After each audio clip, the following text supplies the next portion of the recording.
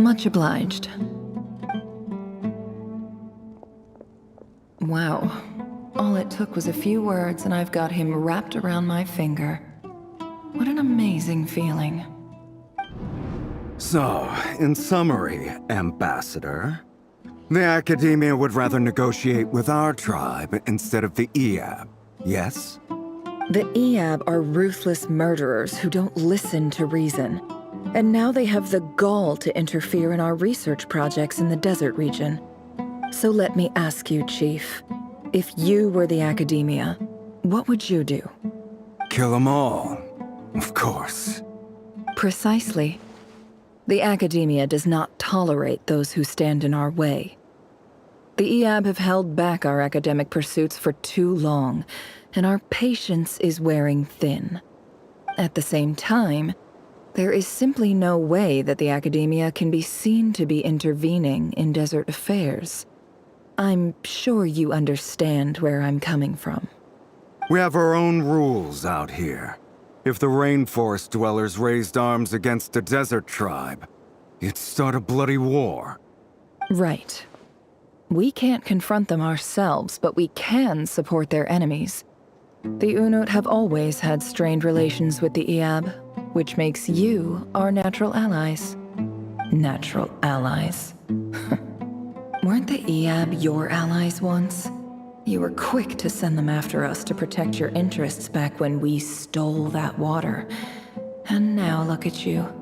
You're at each other's throats. Let me be clear. The Academia wishes to collaborate with the legally recognized rulers of the desert in this matter. We are asking for excavation rights to that well, and our offer is 50 million mora. Say no more. I believe we have an understanding. Good. Then I suggest you get to work. Get us access to that well, and the mora's yours. You see, Dad? Lying is easy when you know how. People will believe anything.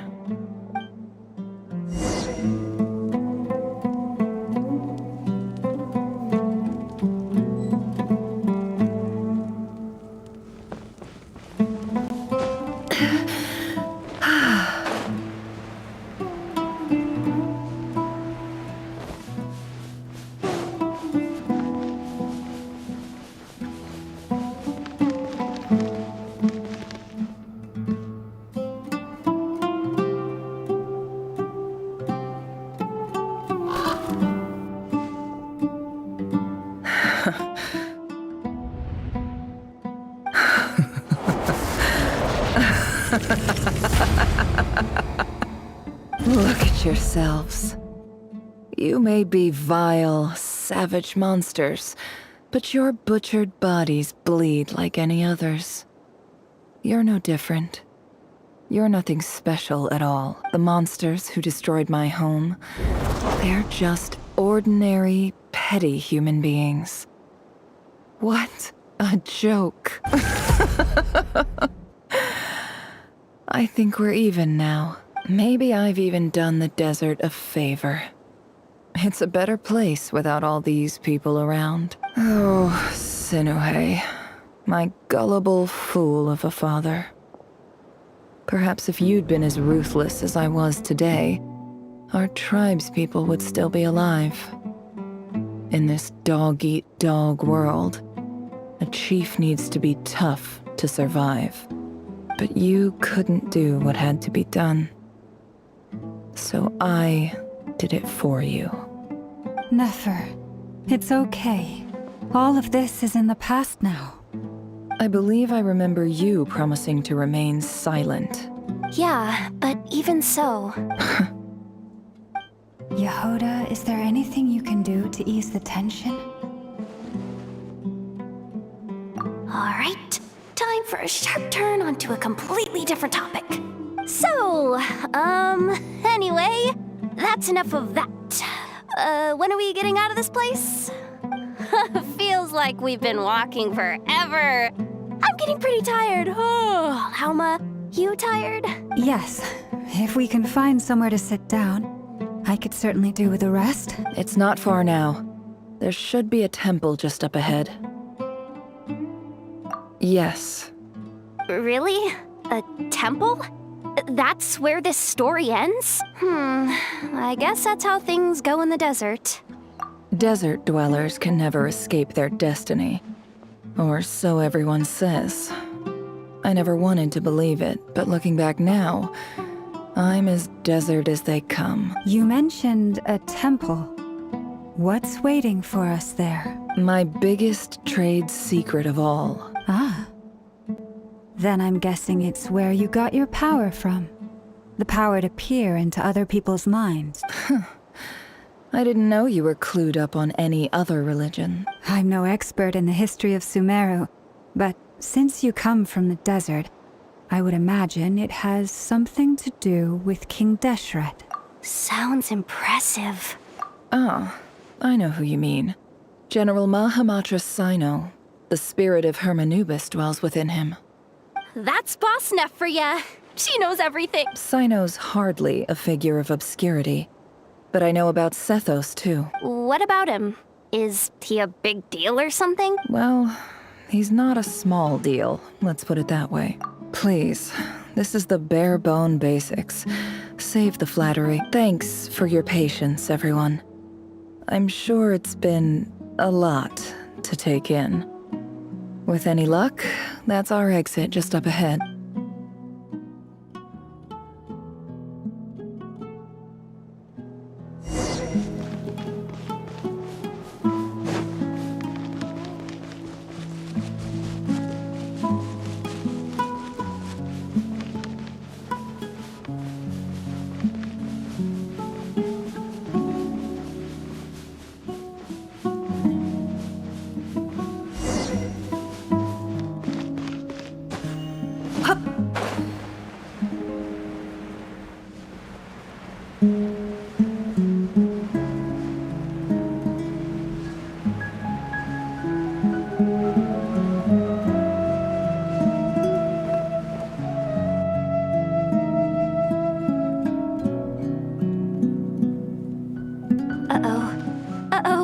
I'm totally out of my depth here.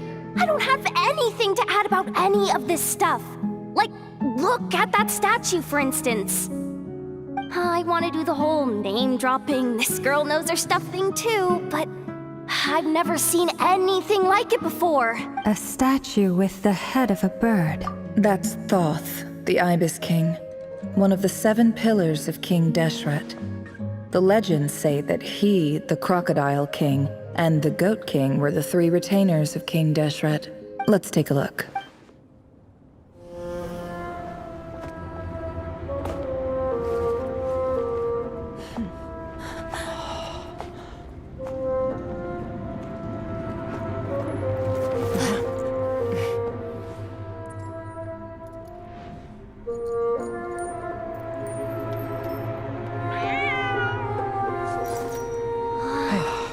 It's just Ashru. So, all is well?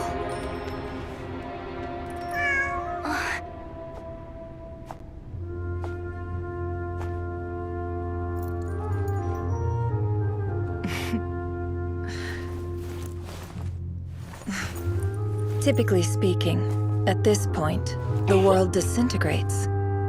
Then we find ourselves back in the outside world. Besides, these are my memories. There's nothing to fear. You're sure? Of course. It's almost over.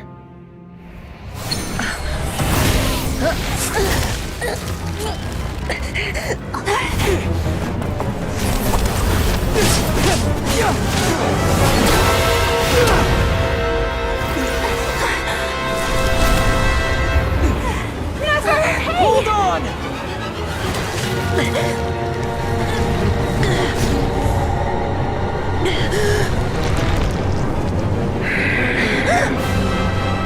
Knowing too much is always a death sentence. Speak for yourself.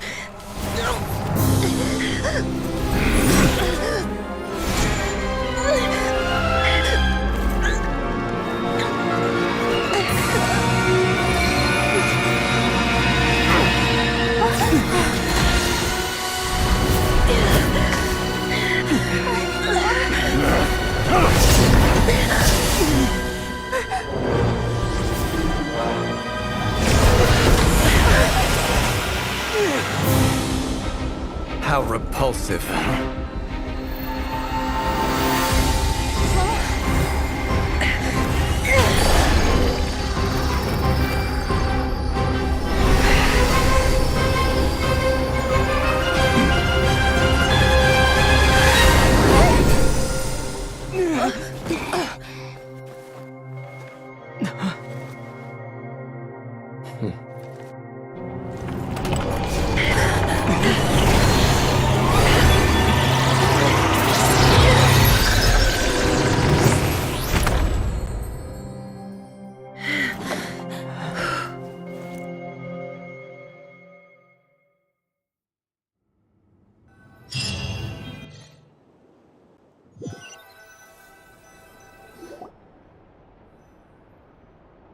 Timed that pretty well, didn't I?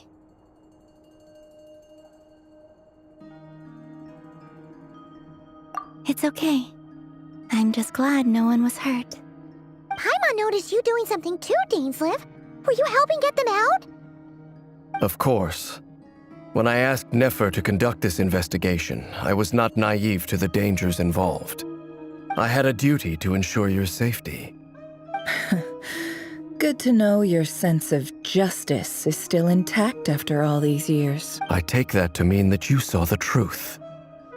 That comes as a great relief. I certainly did. And thanks to your help, I also managed to trap Rerir inside the chess set. Whoa, really? How'd you manage that? Well, to be honest, I sensed that something was wrong long before we made it to the temple. By using this fragment to probe into Rerir's past, well, the monster formerly known as Rerir, it seems I alerted him. I was tracking him, then he caught on and started tracking me too. Can't say I'm surprised. But how did he track you through your thoughts alone? That shouldn't be possible. Rerir was a secret agent who reported directly to the Vinster King. He is an expert at finding a trail and hunting down his pursuers. No wonder. He infiltrated the chess set, read my thoughts, and built a new virtual chess set inside of it. That's why we weren't able to leave at first. Speaking of your chess set, it's quite a remarkable item. Would I be right in thinking you have some connection to King Deshret? You overestimate me. I only have a connection with one of his underlings, the Ibis King. You all saw how this came to be. A long time ago, the Iab massacred my tribe, the Shimti, in our home village. A few years later, I enrolled in the academia, where some new information came to light. The Unut and the Iab fought a bitter battle over the rights to a well, all for the sake of a non-existent 50 million mora. The Iab ultimately won that confrontation, but their victory came at the cost of almost every warrior in the tribe. The final blow to the Iab came at the victory feast, when an Unut assassin beheaded their chief right before my eyes. The remaining Iab fled and have been scattered to the winds ever since. Having gotten my revenge, I returned to my hometown, where to my surprise, the nearby temple was still standing. There it was, seemingly immune to the relentless hostility of the desert, while my tribal home lay in ruins. As I stood there gazing at the temple, I noticed a cat just outside. This cat, as it turned out, was home to the spirit of the Ibis King. He led me to a gate deep inside the temple, and there he made a deal with me. This chess set is my gift from the Ibis King. The chessboard within is made to the same specifications as the one in the mausoleum of King Deshret, and represents his power of piercing analysis. With this chessboard in its container, I gained a certain ability to perceive hidden secrets. Now, you could conclude that the Ibis King simply wanted to give the people of this world the power to seek the truth, but I don't believe that's the full story. Every god plays favorites. Their hearts are as fickle as any human's, full of secrets, perversions, egotistical tendencies. But precious few gods are willing to admit this.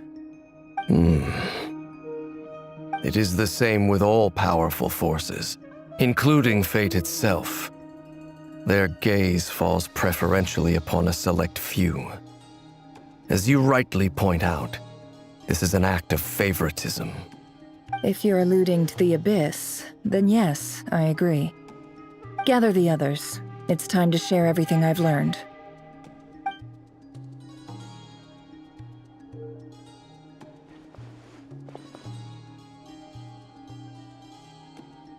Thank you all for being here. As promised, I did some further investigating into the Raker of Solnari's background. I am pleased to report that the investigation has been most fruitful indeed. The Raker of Solnari, real name Rerir, was once a Khanrian subject who served the Vinster King. I will now share the important details of his story. Please save any questions or comments for the end.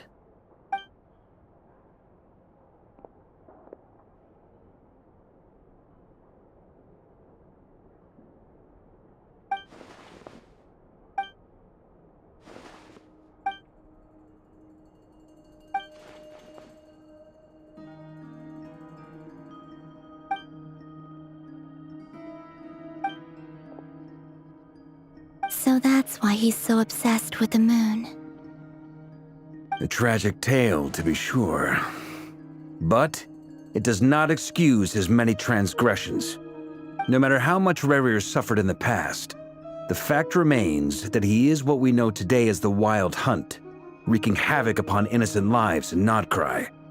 He becomes more dangerous with each passing day. If left unchecked, it is simply a matter of time before all of Tevat suffers the consequences.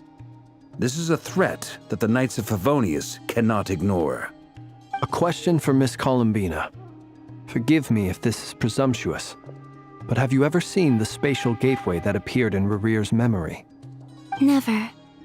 But I have heard stories of something called the Moon Gate, and this seems to fit the description. Miss Lauma, any thoughts on this? In the lore of the Frost Moon Scions, the moon is believed to hold many secrets. Some sources speak of ancient knowledge, others of a gateway to the unknown. The term Moon Gate is one I have heard before. But as is the case with all of our legends, there are no records of any first-hand witnesses. We cannot know whether it truly exists. Then back to Miss Columbina. As a moon goddess yourself, do you have some idea of where the Moon Gate leads to? Not at this stage, sorry. I do hold the power of the Frost Moon, and my strength is recovering well. I can sense that the gate would open at my command, but... But there's more to the power of the Frost Moon than that? Yes. A moon goddess has the right to open the Moon Gate, since it is a path to the moon. But as Nefer mentioned, holding open a spatial gateway takes a huge amount of power. And right now, I need to conserve my energy to fight the Raker of Solnari. I'm afraid this is one mystery we may have to leave unsolved for now. I agree.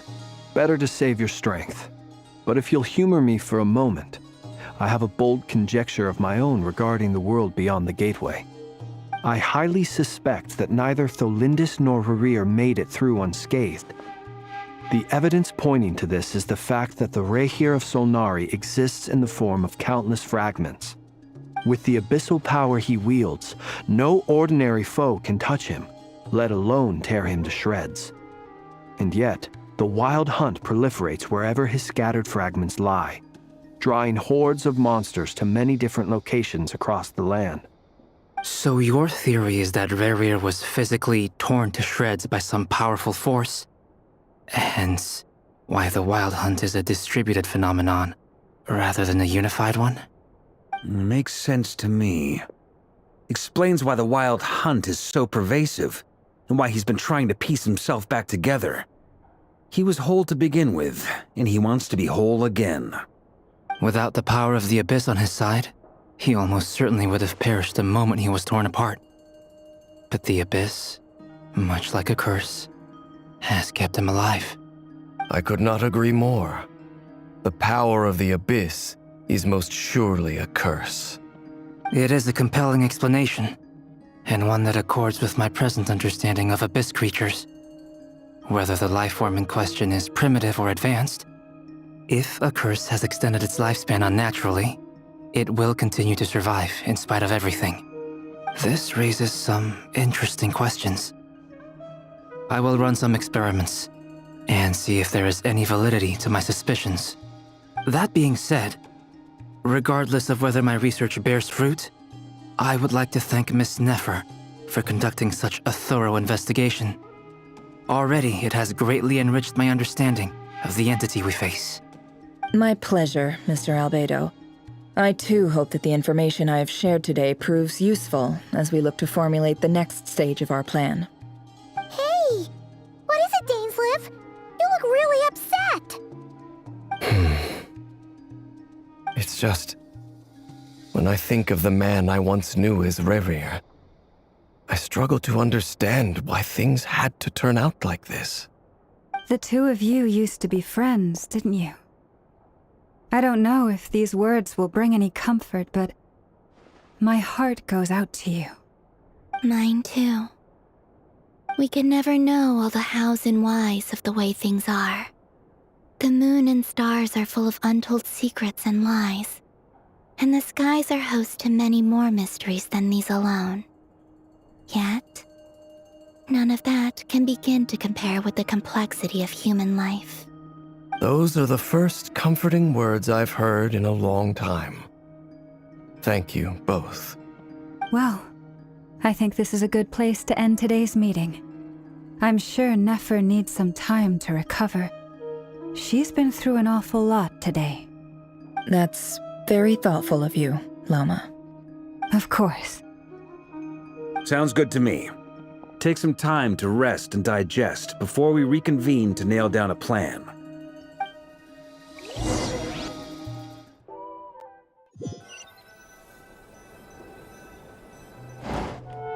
Hey, is this a bad time? Hope I didn't kill the conversation. No need. Come on, let's talk outside.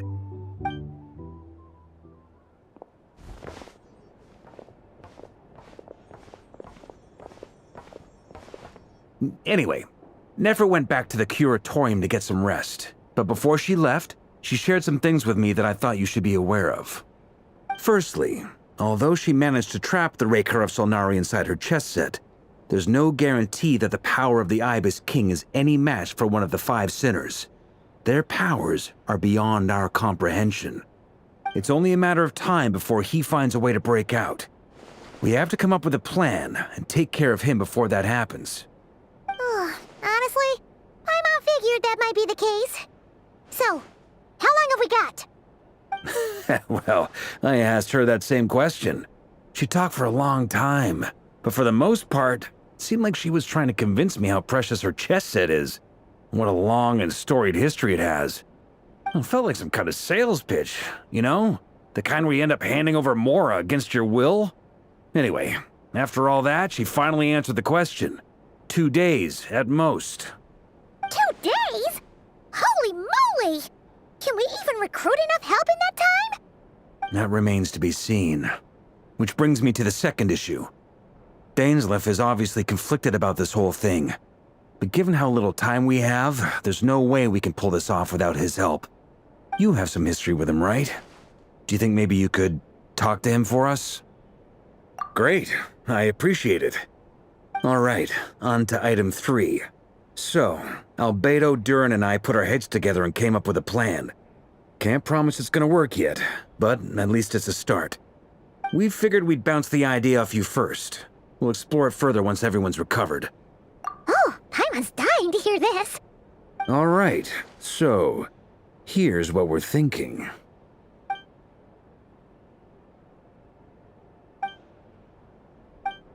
We felt a little uneasy about roping you into this. I mean, firstly, you're not locals, and secondly, none of us are your boss. You're well within your rights to refuse if you so choose. Roping us in? Why would you even say that? We know the stakes here. It's all of us against the Reher of Solnari. or none of us stand a chance. I choose my words very intentionally, I'll have you know. I like to think there's an art to striking a down-to-earth tone even when the stakes are through the roof. Sir Varka, I have a few thoughts about this plan. I'm all ears. I think we can be more flexible with how the roles are allocated. In my view, the most sensible lineup would be like this.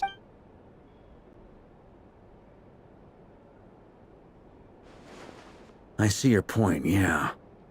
But if that's how we're going to approach this, you'd better make sure you're ready. To be clear, I don't doubt your abilities. Far from it. I just want to make sure. Are you really willing to take all this on? I want to do everything within my power. The Rahier of Solnari is a truly fearsome opponent, and if I do my part, it'll greatly reduce the risk for everyone else involved. Well, that tracks with what I've heard. Jean's mentioned in her letters that you're so diligent it's almost abnormal. As in, most people weigh up the risks and rewards in situations like this. But you seem to just march towards danger without a moment's hesitation. Of course, everyone appreciates a fearless pioneer. But all that aside, I'm the Grand Master of the Knights of Favonius, and you're our honorary knight. I want to make sure your courage doesn't come at the expense of your safety. Thank you, Sir Varka. I should be the one thanking you. It means a lot to have you on board. I'll give some serious thought to your suggestions.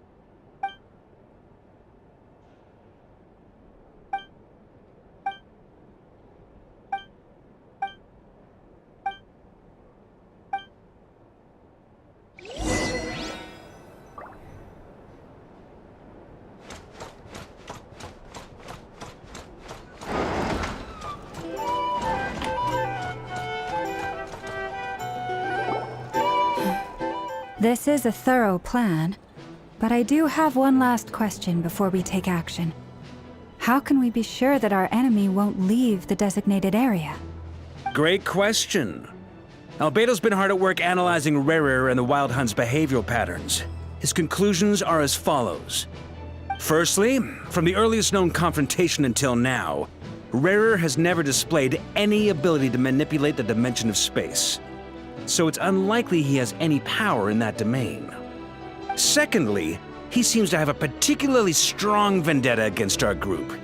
If we put him in a fight-or-flight situation, he'll choose to fight every time. Thirdly, finally, and most importantly, he is consumed by hatred, both for the moon and for his enemies. Turns out, we tick both of those boxes. We have a reincarnated moon in our ranks, and a spy who accessed his private memories without permission. He'll be baying for blood, not looking to escape. As someone who's had their fair share of interactions with the Wild Hunt, those all seem like valid observations to me. Understood. Then I will defer to the verdict of the group. Well, everyone, that's the plan in full detail. Albedo and Durin are carrying out their part as we speak. Plan approved. Scheduling. Okay, any firepower you need, I got you covered. Let's light this baby up. The Frost Moon Scions are behind you as well. And the rest of you?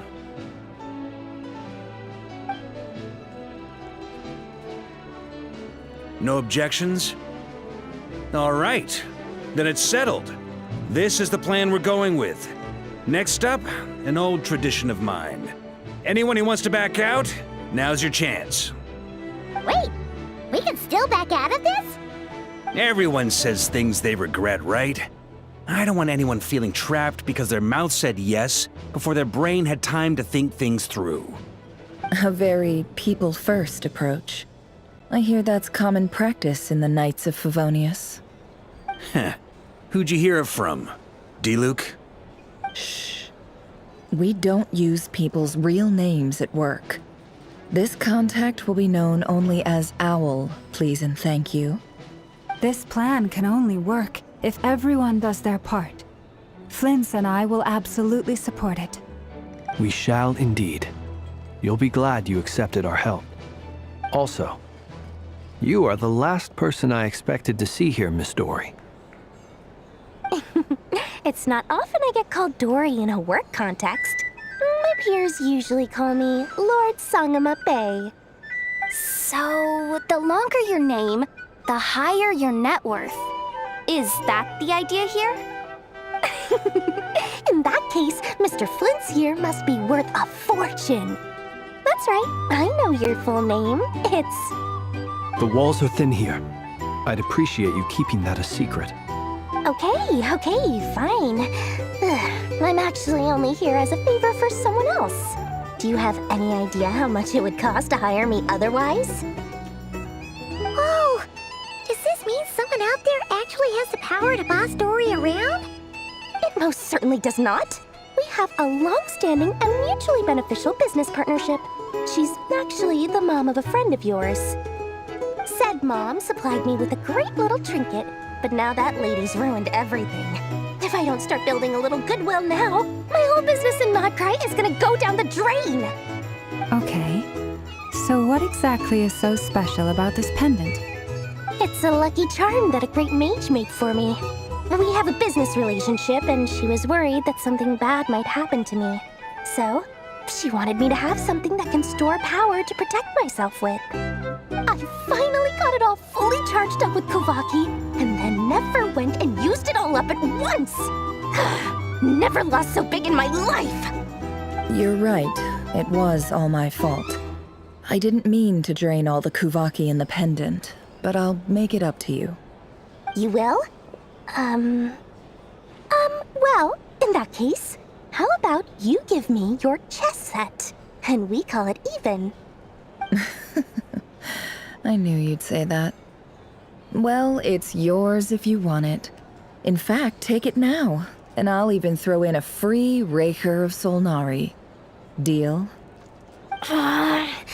You're putting me in a difficult position here. It's a very useful thing to have around, but I have a funny feeling it won't be around much longer. I guess we'll see in a couple of days. Looks like bankruptcy for me. Hey, don't be so pessimistic. See this through and you never know. You might find a new business opportunity on the other side.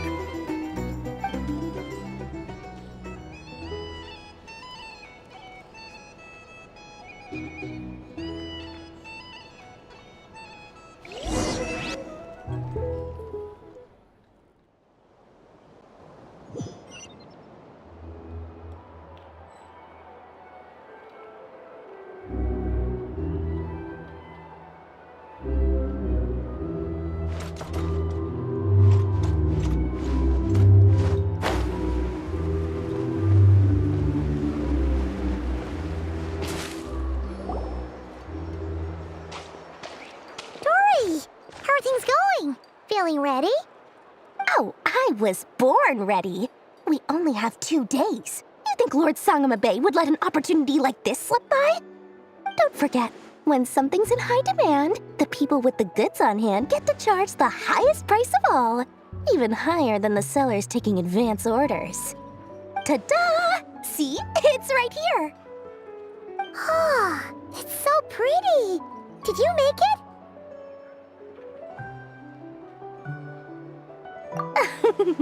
No, I have a supplier. We go way back, so he made me a very attractive offer. Aha! No wonder you were talking about lucky charms at the meeting. You've been getting Kaveh to make them for you. That's not the full story. It actually started a while back as a project between me and the Dendro Archon.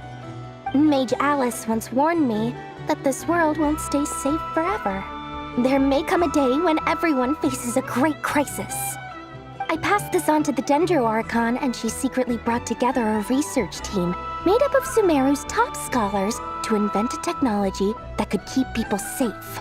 I won't go into the details because it's all very complicated, but if you want to know more, you can ask the Dendro Archon about it sometime.